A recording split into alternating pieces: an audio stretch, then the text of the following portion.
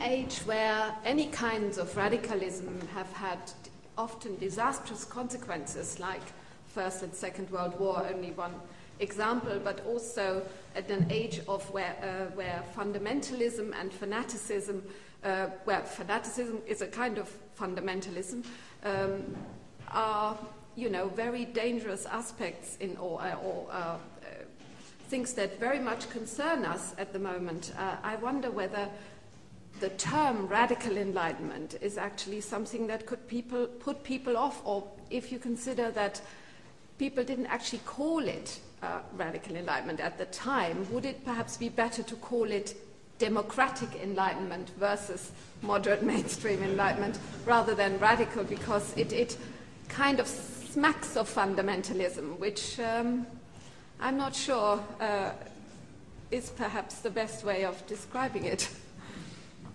Pure and impure.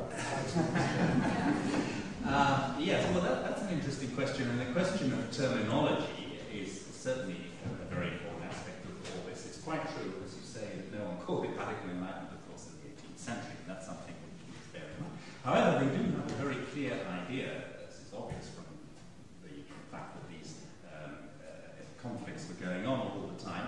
So they have different names for it, and in French one generally called radical for either la nouvelle philosophie or la philosophie moderne. And in English, strangely enough, we would never think of calling it that later on, of course. But in the 1780s and 90s, the term modern philosophy was a very pejorative and negative term. It meant something no sensible person, lots of English novels in the 1790s, they say so-and-so, he adheres to modern philosophy. That's what he's saying, and nobody of any common sense had anything to do with all these philosophies. It's a dreadful thing. And so these are some of the terms.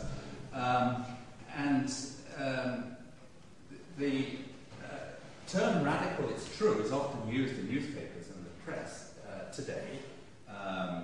It's linked to fundamentalism, and it's often given a very pejorative sense. But radical just means going back to the root and wanting a purer version of something. And therefore, I think I would prefer to try to detach, if that's possible, the term radical from its linkage to fundamentalism and fanaticism. No one here, I'm sure, has any sympathy with fanaticism or fundamentalism. I do think the term that some people bandy about Enlightenment fundamentalism is complete nonsense, a contradiction in terms, because the whole point about Enlightenment is that arguments have to be based on reason, on considering the other person's point of view, on tolerantly listening to what he has to say, on weighing up his points, and trying to find stronger arguments. So Enlightened fundamentalism is a contradiction in terms. I know there are politicians, not least in Holland, who use this term, but it is totally nonsensical expression, which just doesn't mean anything. It's really pure nonsense. But I think that the term, we can't, of course, call radical enlightenment modern philosophy or the new philosophy. That simply wouldn't have the right connotations. So I think one's got to call it something. Mm-hmm. So while agreeing that that's not the 18th century term for it, I think radical. I can't think of a better expression for this phenomenon. We have to save radicality from the radicals, from the wrong radicals. I suggest that we take one more question from the audience. Yes, please, ma'am. Professor Israel. Oh, the microphone, I'm sorry.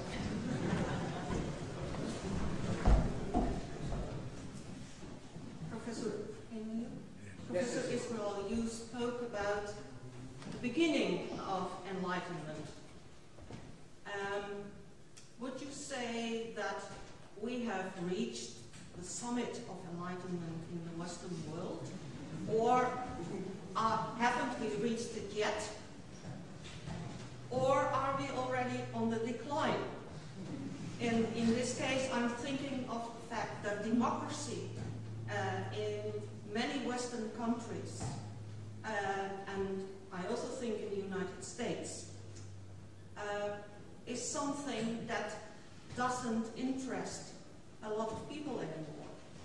In many countries where you are not obliged to vote, people refrain from voting, is that a decline, or is there still something wrong in the education of our people? Thank you.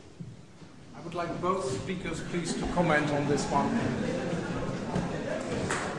I think that's a very good concluding question, and my answer would be this, that if you take the fundamental principles of radical enlightenment to be democracy, equality of the sexes, of course, as well as equality of people, individual freedom of lifestyle and freedom of expression in the press, more things, but you see how this package of elements fits together.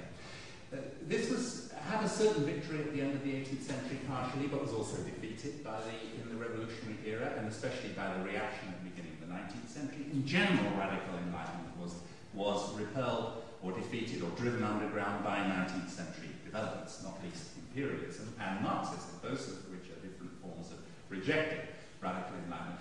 And in the early 20th century, it certainly had not achieved a dominant position as core values in the Western world. If you look at what the British Empire was about and what it was like in the 1920s and 30s, you see that very clearly. In my opinion, it's only the struggle against fascism and Stalinism which gave a rhetorical dominance for the first time, and in the 1950s and 60s, by starting the decolonisation, turned these values into what are supposed to be the core values of the Western world. But it's quite obvious, if you look at the world today, that to a large extent, or perhaps for the most part, they haven't been fully achieved, in many parts of the world not achieved at all.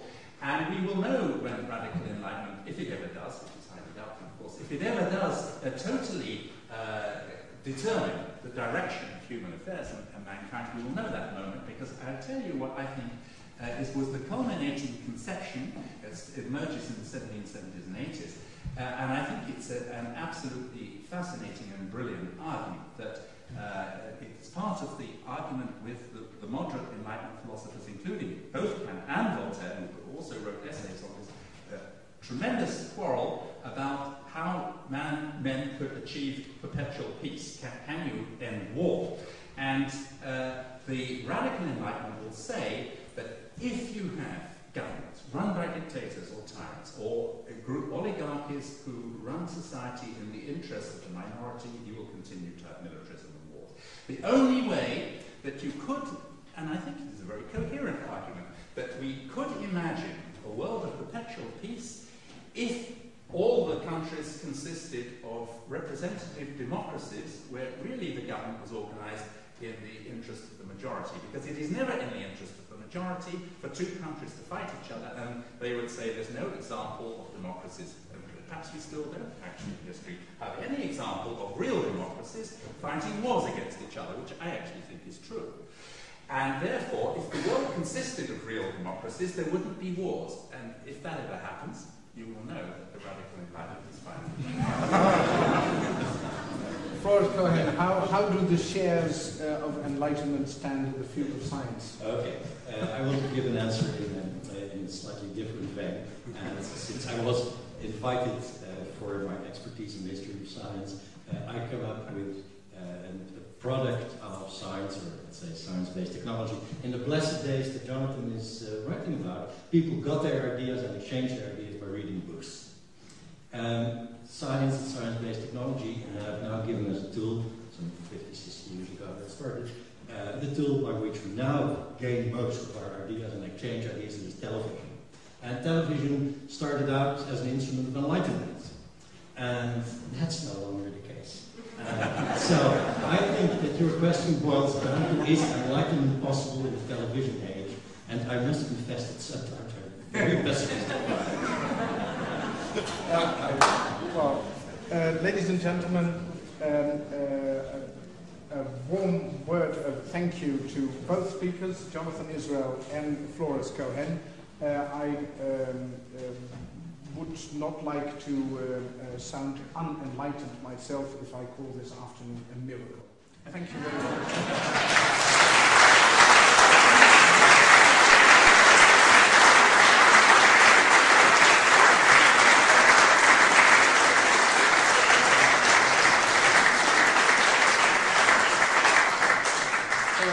final word of thank you, the mic back to Marjan Schaarlo. I should like to add my thanks to you both, and I think it's a really fitting discussion in this old house, which has a future. And I